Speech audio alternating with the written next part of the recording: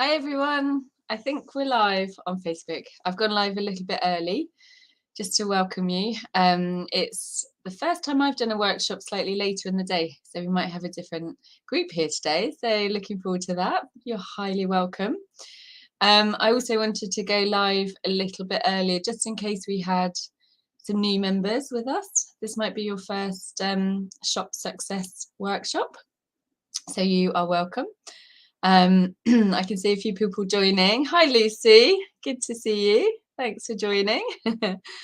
Some of you may have seen Alice and I chatting on Instagram a moment ago. Hi, Sam. Well, actually, it was 4 o'clock, so not quite a moment ago. But yeah, you're welcome. We're going to talk about slow sales today. But don't worry, it's positive.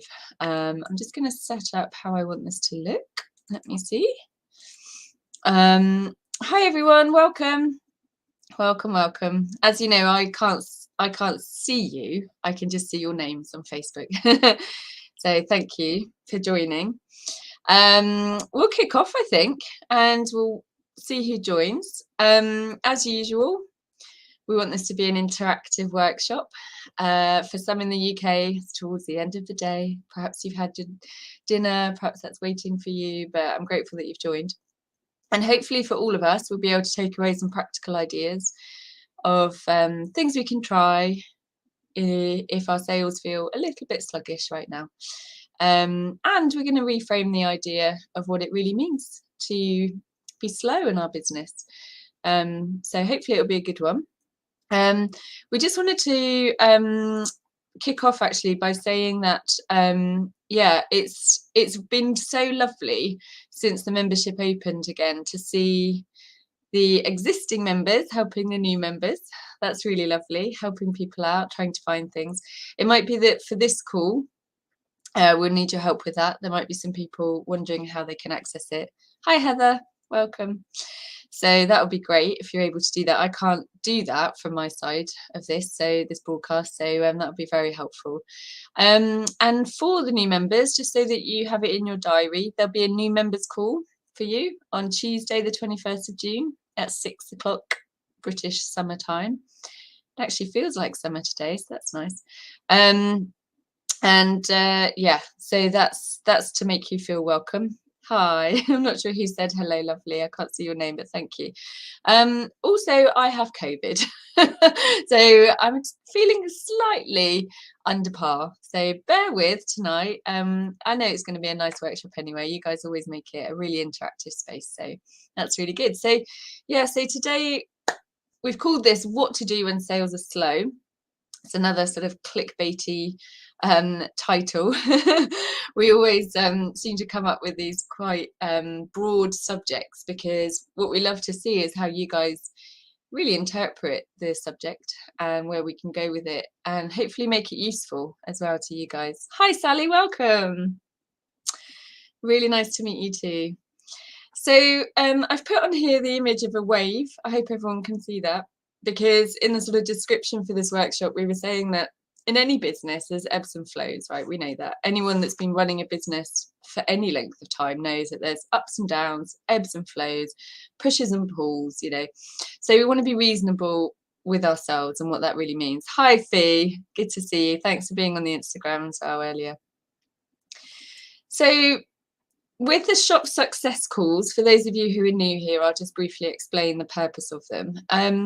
What we focus on in this part of the membership is really thinking about how we can convert our browsers on our websites, our Instagram followers, our newsletter subscribers into paying customers. And we're not bashful about that in this particular workshop. Part of my role in Connected Artists is to help us think of practical ideas that we can try. And we learn from each other as well. So your comments are always welcome. But the idea is that we want to be confident in our selling skills, in our marketing skills. And really the point of this workshop once a month is to help us with that. So on the screen, hopefully, Maybe someone can just tell me if you can see everything okay. I've got a feeling, oh yeah, I think it is showing okay. Yeah, hopefully you can see a slide here which says a simple buyer journey. So what we look at in each workshop is this idea that when, oh thanks, thumbs up, when somebody comes to our world, our online world, or our physical space, our gallery, thanks guys, our pop-up shop, our market stall, whatever it is, wherever we're showing, oh thanks Sam, slide and small picture, perfect. Whenever we welcome people into our world, we need to have a purpose, right? And for many of you guys selling your art, the purpose is that you convert that person into a buyer. And so in a sort of typical, very, very simple buyer journey, what we're talking about is this stage, the decision stage, where somebody has come to know you, they've considered your work. We've got so many stories and examples in the membership about artists who have shown their work for sometimes many years. And they seem to have people in their world considering their work. And then what we're really talking about is this stage, the decision stage, where somebody has considered and now they want to buy from us. So this is the dream, isn't it? That we make money from our creativity. But we know that at the moment, things might feel a little bit slow, and we'll dig into a couple of reasons why. But before we dig into that too much, I really wanted just to ponder on a comment that Pauline made in the Facebook group. So I hope you can see that. Pauline, I just picked out some of her comments. Pauline has a kind of seasonal, oh, thanks, Alice. Alice has got a school parent teacher meeting. Have fun. Have fun, Alice. Yeah, so Pauline was, Paulette, sorry, Paulette. I do that every time. Paulette was mentioning that her business is somewhat seasonal because her clients are sportsmen. Sorry, Paulette, I'm so sorry. I don't know why it's in my head like that. I'm really sorry. But I picked out one of her comments from this. Do we own the slow times or do we fight them? And I thought that was such an interesting question, Paulette, because one of the problems that we can face is that when we're in this cycle of selling, you're an experienced artist, Paulette, you've got a lot of data to go on, you've got a lot of customers to think about. We might be thinking, you know, actually this is terrifying, you know, these slow times. Yeah, it's a great question. We might be thinking, you know, what do I do in these slow times? It might sort of panic us. And in that way, we're sort of fighting them, aren't we? We're thinking, okay, we're gonna tackle this. But Paulette's question really brings out this idea that actually there is this other side to it, where we might be able to own the slow times. Paulette, I'd love to get your comments as we go through as to what that really means to you to own the slow times, and maybe everyone can sort of feed into that as well. For those of you just joining, just a small note that I've got COVID, so I'm ever so slightly slower brain-wise, so bear with me. So let's have that kind of frame our discussion, this idea. Do we own the slow times or do we fight them? So for a moment, I would love to kick off with some reflection from you guys. As usual, you can share your comments in the group like this, or you can just journal them on the paper in front of you or whatever you're using. But I would love to know, in your business, what does slow sales look like? What do they mean? What do they feel like to you? If somebody says, hey, how are your sales? How are you responding right now?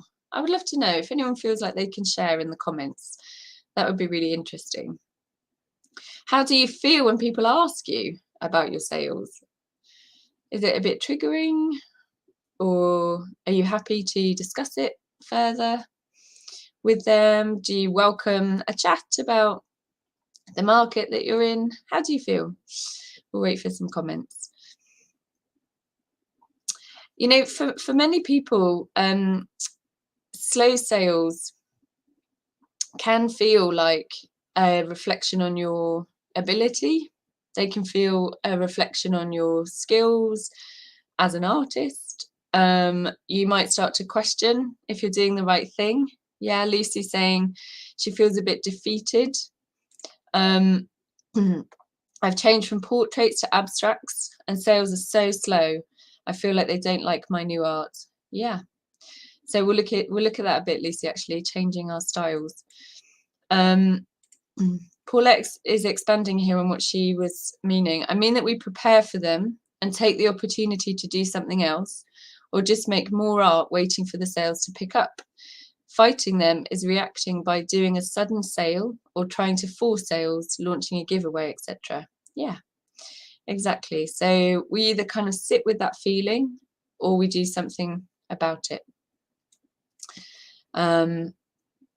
We've also got here a great comment from Janet. OMG, people don't like the work and this whole thing will never work. And maybe I should do this, or maybe I should do that, or. Absolutely. And do you find that sometimes it's who is asking you the question too? If it's fellow artists, maybe ones in the collected artists community, you might feel more confident sharing those ebbs and flows. But sometimes when it's people in our real life, in our the family, in our circle of friends, sometimes that can be the most triggering and the most challenging for us to talk about. What else have we got here? On Sunday was the first time I ever sold something, so not experienced yet on slow time. Well, that's great, Sally. Congratulations on your sale. That's great. And then, yeah, this is a really common thing. I'm not sure who's made this comment, but you do have slow sales, and you say that you do. You move intermittently, I think that might mean, to I have to get better in marketing. Yeah, so that's kind of what these are very common feelings, aren't they? And then Catriona is saying here, I usually say sales come and go, whether you're having good sales or slow. Yeah, so that's a very sort of balanced response, isn't it? Most people would understand that. So going back to Paulette's comment here, what we've got really is a choice, isn't it? Paulette, being experienced, she knows when they're coming. She knows pretty much that she can prepare for them and factor in other things to do in that time, in that more perhaps low-key time, or perhaps make more art, waiting for the sales to pick up. And then fighting them is to some extent inserting activities into our businesses that promote activity, they build momentum. So these are some of the things that we're going to talk about. And as usual in our sessions, we want it to feel balanced.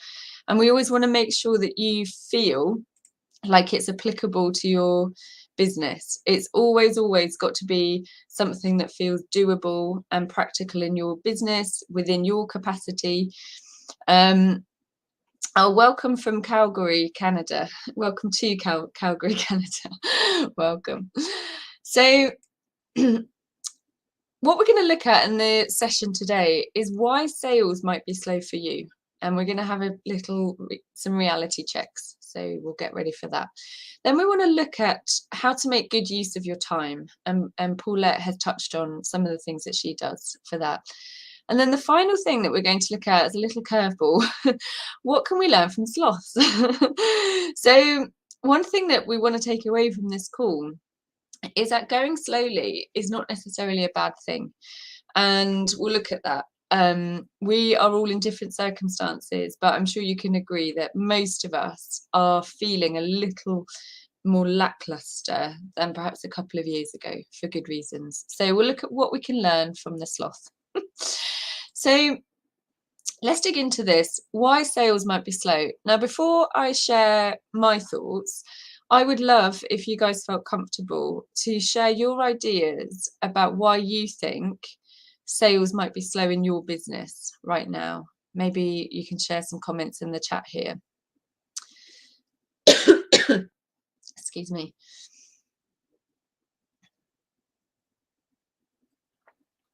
Now, one thing that we don't really have to spell out too much is that discretionary spending is down. We know that, right?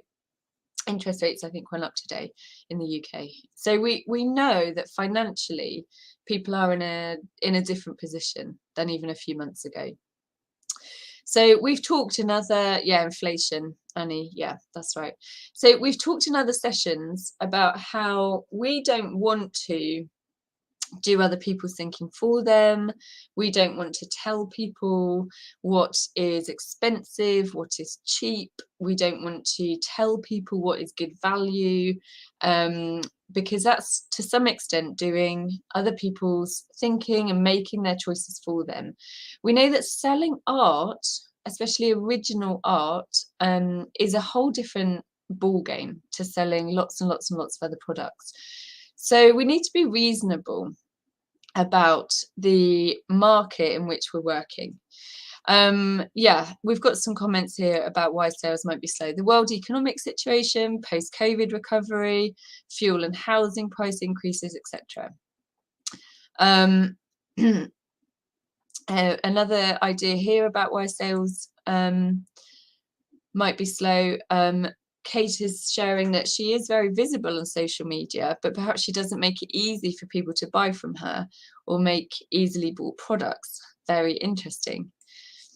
And another, yeah, this is a good one from Jenny. So the retail outlet I sell some of my work in has reported a significant drop in sales, and the average price per sale, and this is in a relatively affluent area. The cost of living crisis is beginning to hit. Yeah. So this is our first reality check, isn't it? You know, we need to bear in mind that whilst we highly value our work, and we should, it is going to be a harder sell, you know, and we do need to get back into thinking, who are our customers? Why are they buying from us? And how can we position our work so that it is easy to buy? So we'll look at that when in a moment about how to kickstart some sales. But yeah, this is another interesting point from Heather. Look, the summer is often slow. It is. So that's another reality check. We've got these seasonal waves. People are outside, you know, they're spending their money eating out on holidays. So these are all kind of comments that we know are pretty common, typical kind of experiences. B is sharing here, I just don't have enough confidence to add a shop to my fairly new website. I sold quite a few paintings and prints in a local art trail, but website selling is a blockage for me. Yeah. So in a way, yeah, there's one less marketing channel, B, that you have in your business that perhaps you could look at. So thank you guys for sharing that. It's sometimes difficult to really ponder over why sales might be slow in our businesses. But if you look at the next reason down, this is also another sometimes uncomfortable thing to talk about. But it might be that we are in a funk or in a rest period, or we're just not sure what to do next. So if we take each of those in turn, you may have chosen that you are in a rest period. And I'm working with lots of clients at the moment who, for lots and lots of reasons, are choosing consciously to say no to certain ideas, opportunities, collaborations, commissions, whatever it might be. They're purposely choosing to have a rest period. Now, what is more likely are these other two reasons about why our marketing might be slow. And that is that we're in some sort of a funk. Motivation is low. Let me know if you can relate to this. I think motivation feels low. You know, the cost of living crisis, as it's being described in the media, is affecting everybody. We have a lot of anxiety, widespread anxiety. And so just in general, even the most positive people are having to dig deep. We really are. We're having to dig deep and somehow get ourselves out of a sort of a slightly negative cycle. Let me know if you agree with that. And then the last reason there about why sometimes our marketing is slow is that we just don't know what to do. And for those of you who are new in Connected Artists, I think you're going to really enjoy looking into new ideas, some ideas from your fellow artists about how to tackle your marketing plans. Sometimes we hear language around marketing that can be quite jargony and quite baffling and a little bit hustly. Let me know if you agree with that. Yeah, Sherry is saying, absolutely, we're all weary. Yeah. you know. So sometimes with the marketing, the idea of marketing, the idea of advertising, promoting, selling, it can actually make us very uncomfortable. And so what can happen sometimes is that we retreat. And rather than taking steps to think, right, how can I inject some energy back into my marketing, we actually go the other way, and it becomes a cycle. Because then if we're not sure what to do, we don't do it. So then we're not sure what's working. This is exactly it, Lucy. This puts it so well. The salesman idea is so hard because we love making art, but not the soliciting of it. Yeah. Jenny's sharing here, we're all still recovering from the pandemic. Some of us have got COVID right now. And now the global situation, it's very draining. Yeah. So here we are trying to create, which takes energy. It takes emotional energy as well as the practical energy needed to actually make something. And so this is sometimes one of the biggest reasons that our marketing can grind to a halt, because like I was saying, it's cyclical. So we try and think, okay, I'll try that. And then it might not work because of these other factors. And so we give up. We can give up quite easily. Now, bear in mind what I always say and what I've just said a moment ago, that we need to look at these ideas. You need to hear my comments through the lens of your business. So I don't know what's going on in your personal lives. I don't know what's going on in your businesses. And so whatever I'm sharing, these are kind of generalizations, hopefully, that will apply to a lot of you. But maybe as you're going through this workshop, kind of journal down ideas that might be somewhat triggering to you. Do you feel like you don't know what to do with marketing, for example? Do you feel like you're a little bit lost with your efforts? Do you feel like you're actually at a point where you think, I do need a rest? I need to just draw a line under this perhaps summer period. I just need to draw a line and see how it goes. Now, earlier, we had a comment about the fact that sometimes our work can change. So it was Lucy earlier. I've changed from portraits to abstracts and sales are so slow. I feel like they don't like my new art. So this is interesting because one of the points I've made here is that sales might be slow because your work and your customer base are changing. Have any of you experienced this where perhaps you've matured in your work, or you've changed your style, or your price point has altered somewhat, or the product ladder that you're offering has changed, and somehow it just feels that the customers who seem to be biting before just don't seem to be around? I'd love to know if that's an issue for you. Where we find this can be a problem is when prices increase. And what we can sometimes do is stick to our marketing efforts that were appropriate for a certain price point, and then your price has increased and those customers suddenly have feelings about the fact that you're maybe charging more for your work. I'd love to know if any of you have been through that journey. So these are some of the big reasons why sales might be slow. Okay, this is a good comment. My work has evolved. I had open studios recently and had very good reactions to the work, but as I improve and my work becomes more expensive, I'm finding my work is outgrowing the local market. I didn't make sales, but did get good leads. I need to follow up with them. Yeah, very nice. So sometimes we think of our customers as just the buyers, just the people that are handing over the cash. But in previous workshops, we've looked at the idea that actually our customers can be quite a wide group. We've got our window shoppers. Do you remember that workshop? We looked at the kind of Sunday browsers. We looked at people in a hurry who need something perhaps for a gift, or maybe they're an interior designer and they need something for the space that they're working on in that moment. So we need to work on our customers on a regular basis, and we'll look a bit more of that at that in a moment. But that might be one of the reasons actually that our sales are a bit sluggish. We've outgrown, that's such a good word, isn't it? We've outgrown our market. It might be our local market. It might be we were working with a particular gallery and it no longer aligns with our work. It might be that we were looking for opportunities for in-person work and that just doesn't seem to be there anymore, or vice versa is probably more likely, that opportunities have come up locally and we want to go for them, but we're not quite sure, that nobody seems to be biting.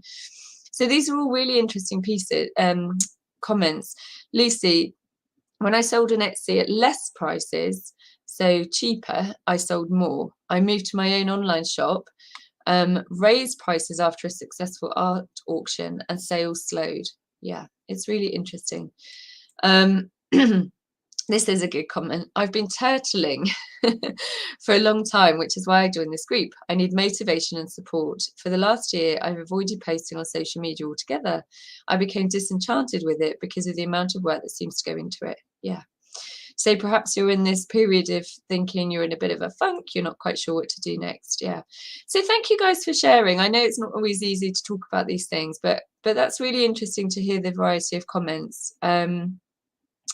Yeah, this is also Catriona. I found this also, but have more local sales from my website and more larger pieces, less postage costs. I think it's offset. Right. So this is an interesting thing when we look at our customer base. Who are we trying to target? Who do we think are our customers? So these are all quite interesting issues about why sales might be slow.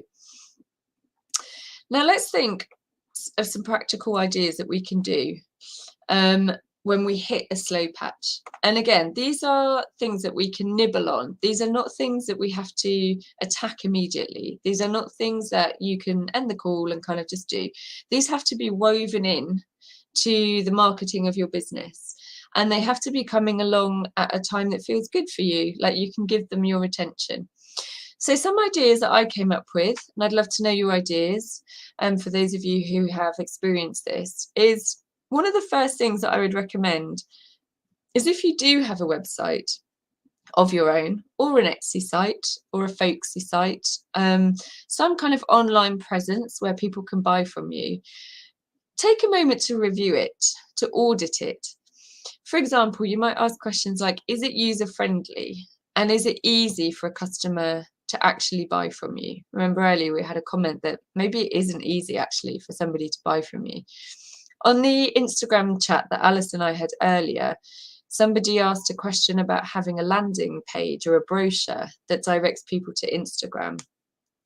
And we mentioned the idea that sometimes in online selling, we have something called friction. And that is when we make it difficult for people to buy from us. And there's lots and lots of ways that we can make it difficult. For example, inventory can be hard to find. We might have limited payment options on our website. We might have a website that doesn't actually accept payment in the first place. So that's a key question. Is my website user-friendly, and is it easy for a customer to buy from me? What do you guys think? Have you got anything to work on that, do you think? Another question we could maybe ask is, have you looked at SEO lately? So SEO means search engine optimization. And that is something that we have on our websites that sends messages to Google and to search engines that our website is about a particular subject and we talk about particular things. We use things like keywords to attract people to our sites. So in the hub, there are some fantastic resources about SEO. So maybe that's a project to try when sales are a bit slow. Chip away at the SEO of your website. Add metadata to your website. Name your images. Refresh your images. Maybe the product descriptions need updating. Maybe you could make them more seasonal. Maybe you could refresh your website copy. Does it actually reflect your current approach to your work? Particularly, this might be the case if you guys have changed your work to some extent. Does your website copy all around your website? Does it actually reflect who you really are right now? This is a great question. I've outgrown my relationship with money and selling, which is bad and worse. I would like to learn how to sell my work with integrity. How do I get my head around marketing? Yeah. So that's a really key question, isn't it? Yeah. And that's something that hopefully you'll find useful in the resources that we share in the club here. Okay, this is an interesting question. Hi, Sandra, welcome. I just joined CA in hopes of gaining the confidence to post on my empty Instagram page, hoping to develop the strategy to do that effectively and follow up with a website. For now, I'm spending a fair amount of time in my studio, but also building the nerve to get my work out there. Exactly. So these are all ideas that kind of bubble away under the surface, you know. So going back to the idea of the website as well, one thing that's really important to look at when sales are slow is how can we communicate with our customers about what's available in the shop. For example, are we advertising as widely as we could be? Do people actually know that our shop exists? Do people know that we have a new collection? Do people know that we are launching a new collection? You know, you may have heard of Christmas in June, Christmas in July. People right now are thinking about their collections for later on in the year in what's called the golden quarter in retail. So these are all things that we could maybe be thinking about in these slower patches. If you have decided to take a rest, perhaps you're going to close your shop because you're going on vacation or something like that, maybe you could just double check that on your website you've mentioned that your shop will be closed and that you won't be able to send things out until you're back from your vacation or back from your rest period. If you take commissions, perhaps you'll choose to extend the time frame that you need to have to take on a commission and to fulfill it. These are all some ideas of things that we could be putting on our websites. Yeah, Heather makes a great point here about other things that could go on websites. Writing blogs on the websites, exactly. So making sure that when somebody comes to our website, they know that we're in business. They know that we're active. They know that we're actually interested in selling to them. Blogging is also brilliant for SEO because it just boosts the content of our websites. It gives, in the past, people used to say that Google loves fresh content. To be honest, there is so much content on the internet. It's not so much about that anymore. It's about having content that's really interesting and high quality and relevant to your market. So blogging is a really lovely way to bring people into your world. And it can also, for some people, be a nice alternative to social media. I wonder if that's what you found, Heather. I'm so sorry about my voice. I hope it's not too scratchy. Now, another thing that we can think about when sales are slow, when we're in a slow patch, is our inventory. So what we mean by inventory are just the products that you're selling, the paintings, perhaps prints, cards, whatever it is that you're selling on your website, ceramics. Now, here's an interesting question for you. Do your prices need to go up? So at the weekend, I was talking with my father-in-law, Ben's dad, and he is an antique silver dealer. And I asked him, what do you do when you're in a slow patch? You know, how do you generate sales? And he said one of the really interesting things that he has found over the years is that when he repositions his products somehow, and in his case, it was many times at antique fairs, so it's literally repositioning them on the table. But nevertheless, on a website, when you go back to a product that you would really like to sell, interestingly, what he's found is actually putting up the price has repositioned the product into a slightly different category in people's minds, and it's increased the value in people's minds about the work. Now, this is a big subject, and I'm not recommending that everybody ends this call and whacks up their prices. It's really about knowing your market. But is that something you could consider? Are you actually in a phase where your prices are a little bit low and the perceived value of your work is a little bit low? Now, that might be something that we can continue after the call in the Facebook group to talk about. Has anybody tried that? Have any of you tried increasing your prices and actually it's led to more sales? That would be an interesting discussion. Now, more commonly, when we review our inventory, some of the ideas that come to mind are more to do with reducing prices or having a special promotion, or segmenting our audience and sharing a promotion, a discount code, perhaps an extra product of some sort with a segment of our audience. This is a lot easier when we have an email list because we can target a particular group of people.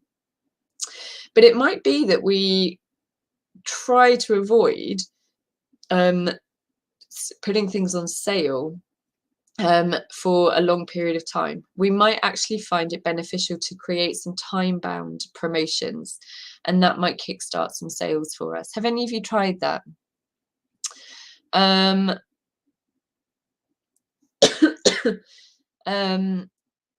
Okay, commissions. My body positivity commissions are the only thing I've really sold. We're not at an art show. Okay, interesting.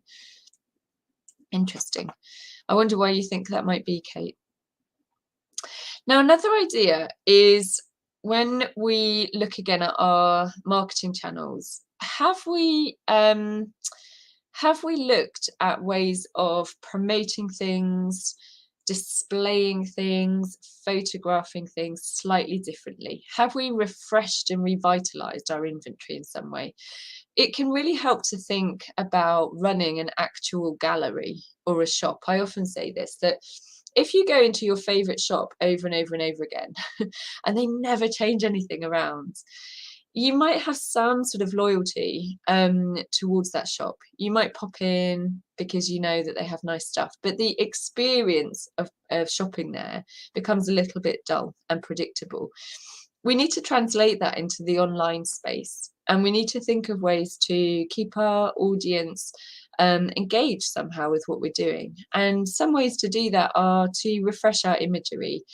For example, if you live somewhere that it's summer now, or maybe later in the year, the opposite, can you take your work outside? Can you take some really fun photographs outside?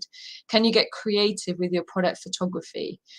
Sometimes with artists, it's difficult because the work is somewhat precious, or perhaps it's framed in a way that you don't particularly want to do that. But are there ways that you could look at other artists and how they're presenting their work and just pick out some fresh ideas? These might be things that you could discuss with your audience even. You might also want to go back and think about your older work and think about work that your audience might have missed. So earlier Alice was saying that she sold a painting that she's had on her site for 4 years. So we can't assume that when somebody comes to our websites, they're scanning through all of our work, or when they come to our Instagram pages, they're looking at everything we're doing. It might actually be that they miss quite a lot of our work. So can we make sure that we're quite organized with the way that we share our inventory? Maybe there's a painting that you haven't talked about in quite a while. Can you revisit that? Maybe do a social media post about that. Okay, this is an interesting one. So tried raising prices, massive failure. That's really interesting. Yeah. I don't know who you are, but if you felt like sharing a bit more about kind of what motivated you to try that, that would be interesting. Kate's comment is also maybe a different experience. I increased the price of my frame paintings and attracted different buyers. Every price point is different. That's the thing. Yeah, great comments. Thank you guys for sharing. Lucy comments here, great idea about changing up the art photos. I'm using art stages too, putting my art in situ, but wondering if that's too contrived. There are some good resources in the hub, aren't there, about different settings, what is it called, mock-ups, different mock-ups that you can use to present your art. Lucia, maybe you can share with us afterwards your website, and we can share our opinions about that. Sometimes they do look a little contrived if they just look a bit fake, but you know, I'm sure that you've put some thought into it. But yeah, share that with us. We can share our opinions. Just going to take a sip. So another, this is interesting. Yes, this is exactly what we mean. The mobile version of my website only shows 5 or 6 paintings on the first page of the portfolio. Perhaps regularly changing the first 5 paintings would help. Yes. So again, imagine that you're walking into your favorite gallery, but it never changes. You know, they never rotate the work around. They never hang things slightly differently or light things slightly differently. It would start to feel a bit bland and boring. So it's the same. It's the same online. In fact, we can learn. We could learn very much from going into physical spaces. If you get the chance to go into a gallery, ask them how often they change their work around, how effective that seems to be for them. Might be an interesting conversation. Right, this is interesting. An art coach convinced me to raise my prices, did not work as a way to make work more valuable. Yeah, interesting. Interesting. Love to know more about that. Why did you need convincing? Why did you think that it maybe wasn't a good idea for you? Here's another one about raising prices.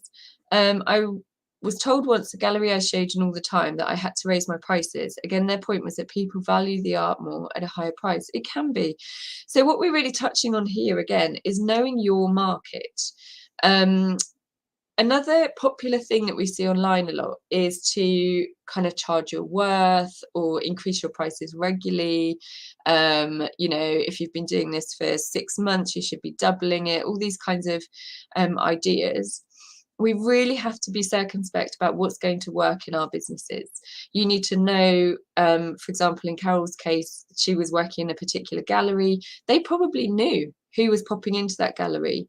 They knew the kinds of price points that they were regularly selling at. So draw on the expertise of others if you can. If you're running your own website, there might be a period of experimentation. And so sometimes it's good just to really dig down into who you're talking to, who your customers really are, and why they're buying from you. What is your artwork? What are they getting from you? What kinds of sizes are you selling? What's the medium that you're selling in? So there's lots and lots to it. I just thought it was quite interesting that Ben Stout had good success with that in the silver trade.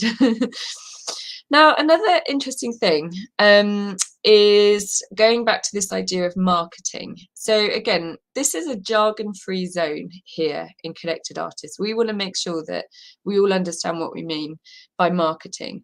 Really, what we're talking about is promoting our work through different channels, online and offline channels or places, and really drawing attention to our work. Do you remember at the beginning of the call, we had this slide which talks about the buyer journey. So when we're marketing our work, we're hoping for lots and lots and lots of people to be aware of us. And just like a kind of, it's often described as a funnel, sometimes as a sieve, we might lose people along the way. And so the number of people that actually buy from us will be far less usually than the number of people who are aware of us. So when we think about reviewing our marketing, what we're thinking about is looking at what we've tried so far. And honestly, for you, that might be posting occasionally on Instagram. That might be the extent of your marketing at the moment. It might be that you're on lots of social media platforms. It might be that you have been on podcasts, you have your own website, you're shown in galleries. There might be a lot of different places that you market or promote your work. But review what you're doing and work out which areas seem to be the most successful and which just seem to be a little bit sluggish for some reason. Now, one idea that you could try to refresh that is to look at what other people are doing. And this is sometimes a tricky area to talk about because we don't want to imitate anyone. We want to do things in our own way. But we might actually find, for example, that you know, we think that we should be on Instagram all the time. For example, this is a classic one. We should be on Instagram all the time. But we might actually be overlooking our local market.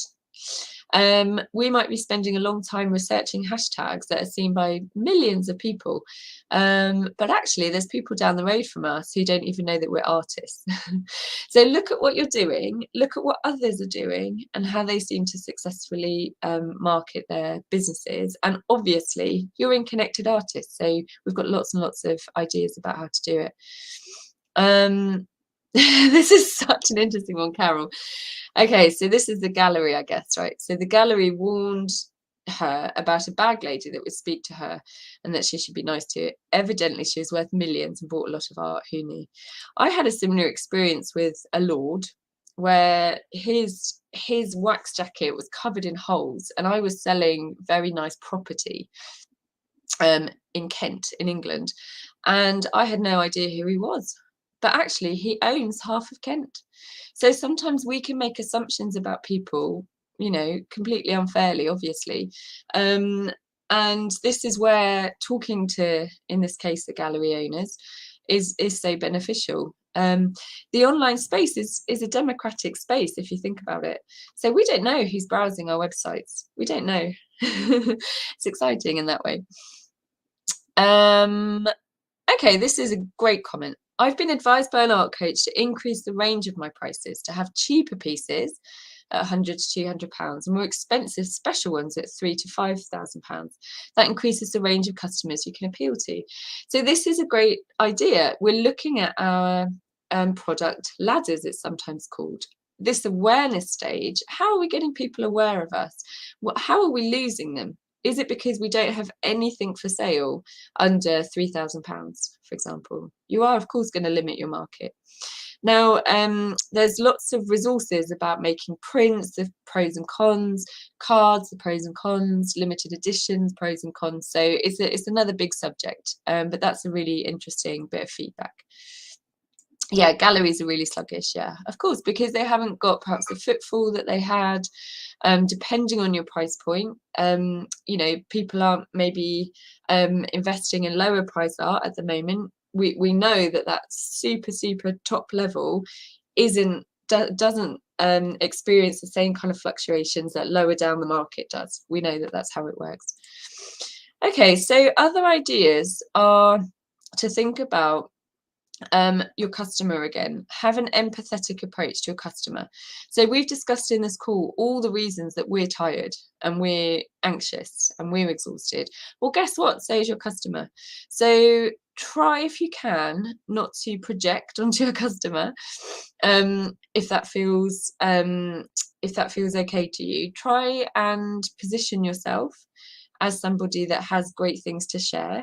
Sometimes when we have our complaints about, for example, the Instagram algorithm or nobody's buying anything, it can sow some seeds in our customers that are sometimes a little bit negative. So bear that in mind. Now, another idea is that your customers are probably also in this period of feeling like they need a rest.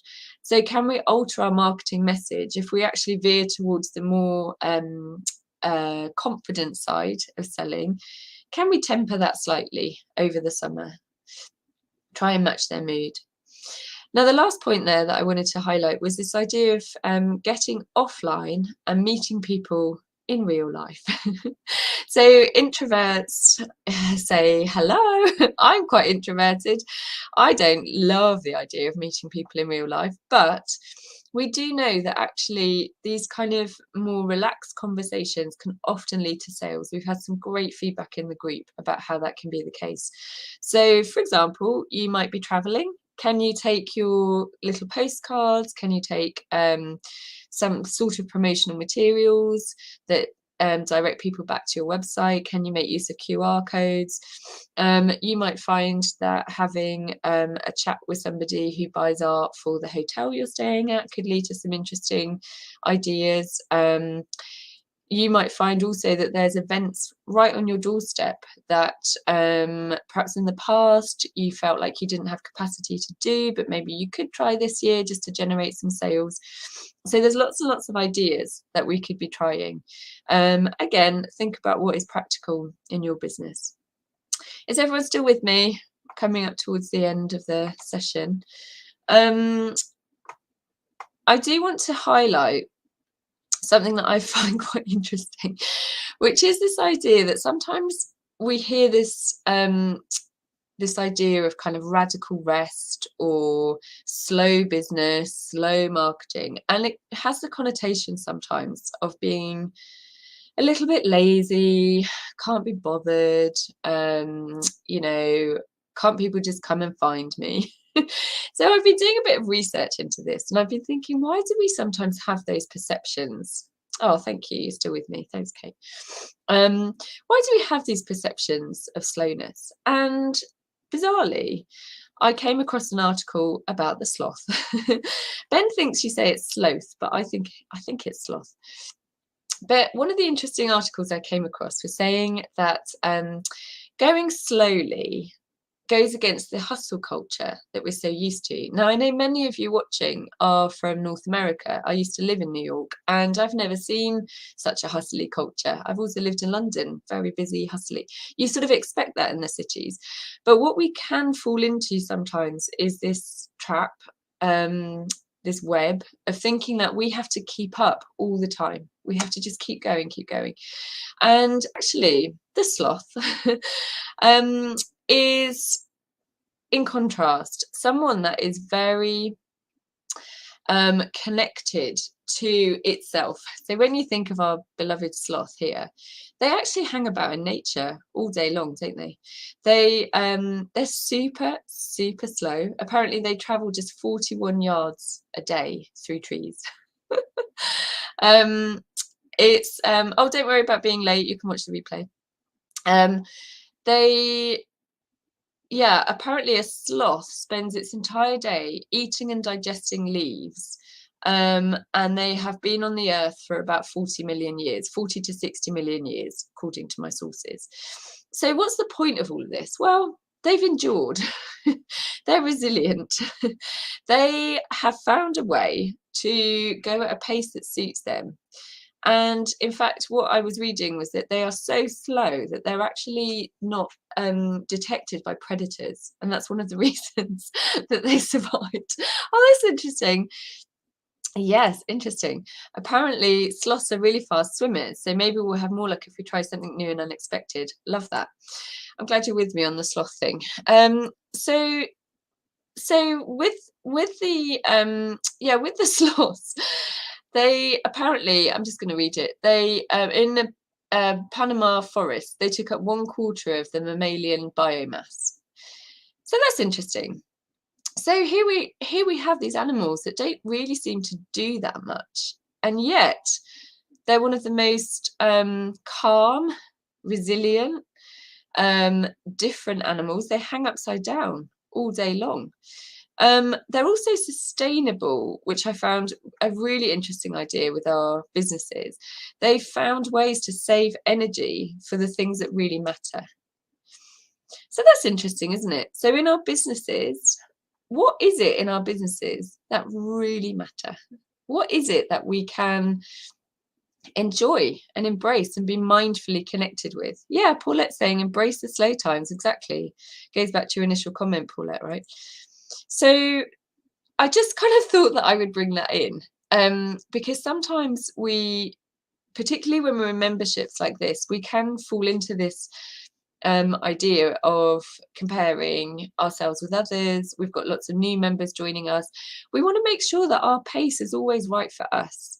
And if for you that means going at a pretty slow pace and taking things as they come, pretty organically and naturally, then that really, really is fine. What we've learned from the sloth is that actually what it means is that you'll probably be around for longer. In business, you'll have that ability to calmly approach issues, questions, ideas, collaborations, opportunities. You'll be able to approach all of those in a much more grounded way. And so that's something that I'd love for us to kind of think about. Oh, good. I'm glad you're with me with the sloth. Thank you. Thanks.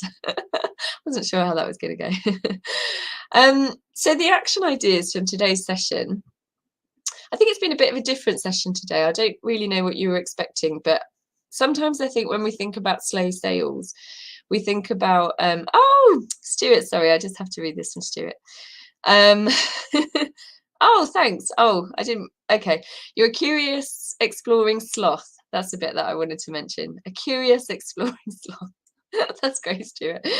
Yeah. Oh, and this is a good point. I meant to mention this. Try to reduce expenses so you need less income and be able to calm down. I did actually mean to mention that can, as part of our review of our business and our marketing, can we actually be leaner? Can we run a leaner business? Can we focus on profit?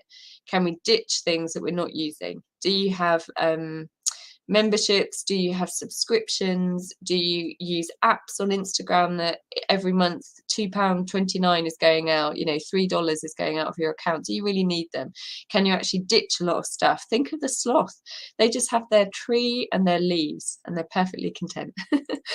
So action ideas. So after this session, and this will be an ongoing thing, reflect deeply on the sales goals that you have for your business. Right at the beginning, I was curious to see what you would say about what slow means to you. And we don't want to be dismissive of the fact that some of us in this space need to make a profit from our work. This is our job, this is our career, and we need to make money from it. So review the sales goals you have in your business. They're going to be different to the person next to you. Consider what slow feels like to you. Sandra has embraced the curious exploring sloth. Is this a negative thing? I think what we've discovered is no, it isn't. These periods of rest are really, really important for us. And the last idea that I'd love for you to think about is that business is creative. I mentioned this on the Instagram with Alice. Think of marketing ideas that might kickstart some activity in your business and share your wins with the group. So this ties in with what Fee's just shared. Slow is fine if it's planned. Unplanned slow is a bit scary. Yeah. So Fee, you might be in a completely different position. You might actually be thinking of reviewing some of your marketing efforts. You might be needing to review what you're doing. So this is the beauty of a group, isn't it? We've all got different experiences and different priorities in our business. So we've got a couple of minutes at the end of the session, guys. If you would like to ask any questions, perhaps something we didn't cover that you were hoping we would, perhaps you've had slow patches in your business and you want to share some things that have worked for you. Is there anything that you're planning to try after today's session that you'd like to share with the group? Any ideas? I'd love to hear it. Yes, this is a great idea as well about sloths being sustainable. It can apply also to our to the materials that we use. Yeah, we can run thoughtful businesses, can't we? We can be considerate about the way that we work if we're taking our time a little bit more. Yeah, very nice. Okay. Katie, I'm still thinking of this as a slow period, but I sold 2 paintings in the last week.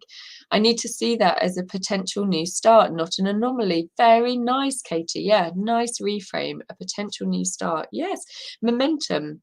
Remember, we were talking about the ebbs and flows. I live here by the beach and I see this every day. The ebbs and the flows, the ebbs and the flows. We know, remember Paulette's comment, we know that these slow patches will come. We know that they will. So having a bank of ideas that we can pull on when these periods are slow is a wise move. Okay, here's a question perhaps we can all help to answer. When starting an Instagram page, is it a good idea to post older work first and then move up into newer work? Sandra, honestly, I would say that sometimes we're so close to what we're doing that we know it's old or we know it's new, but actually our audience don't, particularly if this is a brand new page that you're starting from scratch. So you might want to just have fun with the curation of your Instagram page. You might just want to actually play around, see how it might look. There are apps that you can use that to do that. I have a Instagram account that's private that I just experiment to see how things look together. So you could try that as you're building confidence in your curation. What does anyone else think? I don't think it matters too much. Let's see. Need to embrace difficult. Yeah, Jenny. Yeah, yeah, it is. I need to embrace this lost behaviour and attitude, but it's difficult to change personality overnight. You know, some of us are fast. Some of us are fast. We make quick decisions. We take on ideas quickly. We try things. We try new things over and over. We struggle to rest. I struggle to rest. You know, properly rest. So yeah, what we are talking about is thinking about building sustainable businesses. You know, it might be that we don't become sloth-like, but it might be that we can weave some of these ideas into the way that we approach our businesses. Yeah, okay, this is a nice action idea. Oh, this is nice. Yeah, Jenny, planning to just draw and paint for myself over the summer rather than creating work for sale. Looking forward to just playing. Yeah, I think a lot of people are in that boat. Okay, this is a good one. I'm going to work on my website, going to take off work in an older style. I'm no longer marketing. Very good. Yeah, declutter. Have a declutter, a spring clean of your marketing channels. That is also sometimes something that can just make us feel mentally a little, have more clarity over what we're doing, who we're talking to, why we're doing this. It's usually a very good move. Yeah. Yeah. Okay, very nice, guys. So if there's no more questions, we'll wrap up there. I managed to keep it on the hour. It's very rare that I can do that. But as usual, let's keep the chat going if you'd like to. Yeah, there's some really interesting comments still coming through. I won't pin them because we'll wrap up for now. But keep it going in the chat. If you're watching this on the replay, there's an option to watch the comments in real time, which personally I quite like to do because it kind of it's more easy to connect then with what the group is discussing. Everything's in the right context, so that's really interesting. I'm sorry that my energy was a tiny bit lower tonight, guys. Thanks for your patience with me. Thank you. I appreciate your feedback. And next month, we're going to be looking specifically at websites. So for those of you who maybe have as an action idea to look at your websites, to somewhat audit your websites, bear that in mind. And we might be able to feature your website. We might be able to do sort of before and after, maybe. That might be quite interesting. Oh, thanks, guys. You're all so kind. Thank you. I know I'm not the only poorly person, but it just I just felt bad that yeah, my energy isn't quite there. So so talk to you all soon, and thank you very much. I'll end the broadcast now. Thanks, guys.